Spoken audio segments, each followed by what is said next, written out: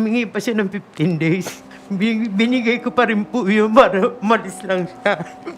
Pero, bandang uli po, after 15 days, siya lang po umalis. Hindi po kasama yung nanay niya. Si Ma'am Digna Ogaban at nirereklamo po niya yung nangungupahan sa kanilang bahay. Iniwan kasi nito ang kanyang senior citizen. Nais niya lamang itong paalisin po sa kanilang bahay. Meron po tayong video. Panoorin po natin.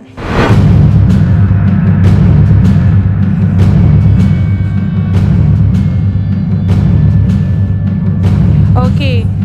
Yan mga kapatid, napapansin po, mapapanood po sa video na napakakalat po nung bahay. Gulo-gulo, yung mga gamit nagsibagsakan. Okay?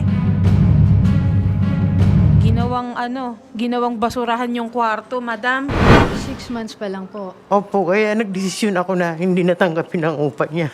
Ito pong nirereklamo nyo po ay yung anak po nung isang senior citizen na naiwan po sa inyo. Opo, sila na pong mag-ina kasi magkasama po sila eh.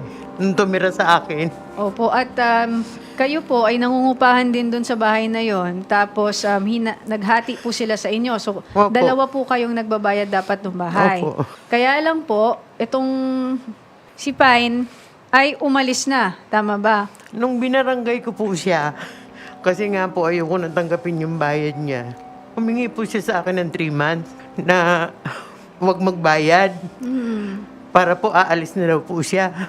After po nung 3 months, hindi pa rin po siya sumunod. Humingi pa siya ng 15 days. Binigay ko pa rin po yun para umalis lang siya. Pero, bandang uli po, after 15 days, siya lang po umalis. Hindi po kasama yung nanay niya. Ito pong bahay na to, inupahan ng anak ko para sa akin. Okay po. Kasi ako po, nagtatrabaho ako sa printing, finishing po ako.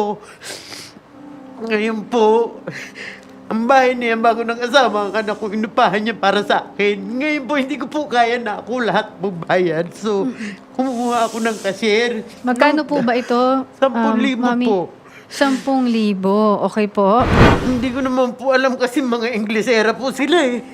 Akala ko mga matinong tao. So tinanggap ko po kasi dahil po sa lola.